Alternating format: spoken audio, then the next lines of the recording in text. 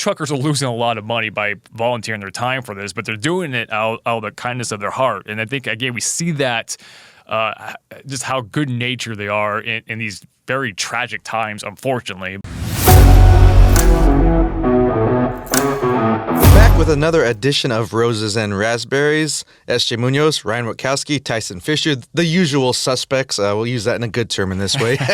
So here we go. I'm putting you on the spot. Best Halloween candy. Go, Tyson. What we got here? Oh, man. Top of my head, Twix. That's a good one. Let's go. I like the really crappy candies, as we've already. Give me some banana Laffy Taffies. Oh, yeah, look at this guy. Those peanut butter Taffies. You know what I'm talking about? You like the ones orange that and black look like there might wrappers? be some substance in there before you open them. Yeah. So hook me up with a Chico stick. I'm all about that. Real quick, I'm going to rescind my first thing. Three Musketeers. Ooh, yeah, that is a good one. Okay, yeah. Well, and that's kind of one, too. If you do like it, it's good because a lot of people don't, so you get loaded up. That's what I was thinking. Ryan, when you were a kid, you were probably like just loading, because everyone's like, I don't want this. I'll take it. I'm going to go with anything sour. That would shot at my weight, sir? That would no, not at all. No, Ryan, you were a fat kid. All right, and then just as always, we want to remind you to get back on track here, Ryan. If ideas for roses or raspberries, please send those to roses@landlinemag.com. Looks like we have quite a few roses to get started here. So, Tyson, why don't you go ahead and do the honors? Yeah, so roses to a bunch of roses to all the truck drivers who have participated, volunteered their time, equipment, services to help with Hurricane Helene relief efforts. And as a matter of fact, we might as well throw in Milton now, too, since that's also going on, unfortunately. So, I've seen a bunch of reports from like local news media outlets just, highlighting how like the local trucking company over there is volunteering, take a bunch of donations and, driving them out to North Carolina to the impacted areas of that storm. So, and that's kind of like a common theme with Roses and Razzberries, which is we always talking about the charitable nature of the trucking industry as a whole. And we see it year round, especially with Special Olympics and the similar causes like that. But I think we see how responsive to other people's needs truckers are during natural disasters. Because when you think about it, so like unlike charity convoys, it takes a lot of planning. You got months and weeks and whatever to prepare for that. Whereas with natural disasters, there's no lead time for that. They just happen, and so you don't have the time to prepare not just your time but financially. So basically, truckers are losing a lot of money by volunteering their time for this, but they're doing it out of the kindness of their heart. And I think, again, we see that just how good-natured they are in these very tragic times, unfortunately. But yeah. Yeah, I mean, it definitely goes to show they're like, drop everything and do what I can to help. When you mentioned the financial, in a lot of cases, literally shutting down their business to help out in these situations. And it's amazing. And again, we're seeing the stories across the country from trucking companies that are nowhere freaking near, like North Carolina. I think one of them is out of Oklahoma, and it's not a short drive. So anyway, so that being said, though, I think I'll use this time right now to remind just the trucking community and everyone, for that matter, that to make sure that if you're going to volunteer, that you coordinate with authorized organizations before collecting supplies and then heading to a disaster zone. So a good rule of thumb is if you're not hauling directly for FEMA, or if you're not picking up a load with the American Logistics Aid Network, there's a good chance that you're going to be told to turn around, because the thing about these disaster areas is that they're chaotic. There's a lot of, for obvious reasons, there's a lot going on there, and especially in North Carolina where you have that interstate shut down. And so traffic is seriously compromised. And so if you have a whole bunch of unauthorized vehicles, headed to one, concentrated location,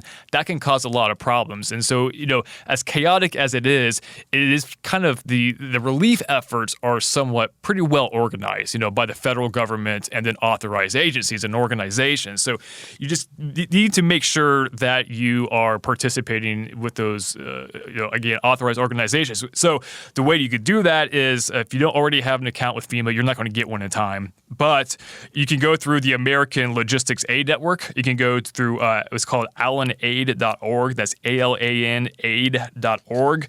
FEMA will also direct people to the National Voluntary Organizations Active in Disaster.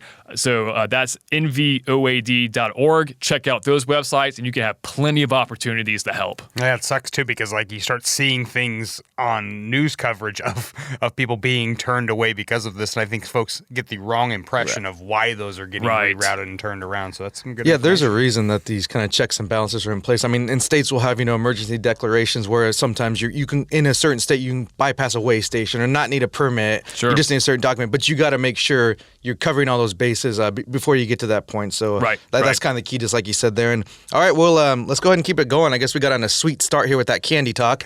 So we got some more roses coming on from Ryan here. You did there. That's nice. Let's send some roses out to Kenneth Moore. He is a veteran of the U.S. Navy with over 30 years of trucking experience. And I know on Landline now we've covered it a lot about, just how hard it is to stay healthy while being on the road, eating healthy, getting in a workout. There's time, too. I mean, when are you going to go to the gym? I mean, I sit at a desk most of the time, and I'm still having issues with that. But in a recent Facebook post, an officer with the Waubonsee County Sheriff's Office, I'm pretty sure I don't even know if I got that right. We're going to go with whatever. it. It's in Alma, Kansas, so if you'd like to check it out sometime or fact check me on that. But they recently showed some love to Moore after an officer encountered the driver at a local travel plaza. In that post, he said, quote, "So I'm eating a burrito and writing reports parked in the Flint Hills Plaza North lot, and I see this dude running laps, and it's like, all right, this man is getting a workout in. That's awesome. Halfway through my burrito, this dude then pulls out free weights from his truck and starts pumping iron." Nice. So the officer's sitting there, he's watching him do bicep curls and standing military presses. This cat is getting after it. Turns out he's like 50 plus too, he's by no the way. spring chicken. Yeah, so good for him, man. The driver and the officer, like at that point, he's like, I got to get out and talk to this dude. So he goes over there, introduces himself, tells him how cool it is that he thinks he's getting this workout in and making the most of his time. And then they bonded over their, shared military experience. Nice. For someone, again, like who sits at their desk all the time, still struggles to find the time or the motivation to actually get a workout in, tip of the cap to Ken for getting that done and making us lazy bums all look bad. So. Well, and just that visual of, you kind of shame, you feel, I'm sure the amount of shame, you're eating a burrito and this dude's just like killing it in the parking lot. You're like, maybe I need to evaluate what I'm doing here. But, props to him for giving him credit too and kind of putting it out there for everybody to see. All right, I'm just sitting there thinking of that guy like shame pounding that burrito in a parking lot. Don't look at me! All right, well, I guess we couldn't stay on this Roses kick forever, so the raspberries have arrived, huh, Tyson? Yeah, let me rain on everyone's parade real quick. So, raspberries to basically whoever is responsible for slashing 56 tires on 8 trucks at a TA travel center. This happened in Madison County, Tennessee. So basically, yeah, exactly as I said, a bunch of tires slashed. The one trucker had 9 tires slashed, while another had all 18 of his tires punctured and deflated. So this does not seem to be a targeted at a particular company. So like earlier, for example, I wrote about a former driver for Swift who went on a multi-state arson spree where he set fire to specifically Swift trailers at truck stops ranging from California to Alabama. It was a wild case. Did they catch him, though? They did. Was it Swift? Yeah. It was not very Swift. It was Swift justice. I got Here it. we go. You'll put the quarter in. So, but this is not that. These were just random, what appears to be just random victims here. So, assuming an average price of $500 per tire, that's like $28,000 in damages. And 2 weeks earlier, tires were slashed at the 101 Travel Plaza in Lexington, Tennessee, which is about 30 miles east of this TA. So, I don't know what's going on in Tennessee, but they need to start questioning some employees at tire centers. Think or something. so. On a related note, I also came across some social media misinformation. Shocker. That's where you can find it. Yeah, you can find that there. So a quick round of raspberries to whoever started and spread the rumors of migrants slashing tires of dozens of trucks providing supplies for hurricane relief efforts. Without getting too deep in the weeds, did not happen. Was that an AI-generated headline there? Apparently, it fused a bunch of stories together, including the one we just talked about, to come up with that. It didn't happen, and not to mention, like, the tires that were slashed that we're talking about, this incident happened just, like, prior to Hurricane Helene ever happened, so that wasn't the case here. But so, yeah, if you've come across that, viral post, just ignore it, don't share it, or call it out. But I just want to point out, did not happen. Yeah, I mean, we talk about how hard it is to find a safe place to park all the time, and then you think you have one, and then you're, the victim of this kind of vandalism. So it just kind of sucks. And hopefully there's some security footage or something that, catch. Obviously, it's somebody in that area or some buddies in that area is kind of going on a spree here, because that seems too much of a coincidence there to be that close and not be related. Yeah. All right, well, I think you're going to up the ante here, Ryan, and maybe give out some even raspberries to even more than a couple individuals. Yeah, you mentioned that it's always difficult to find a place to park.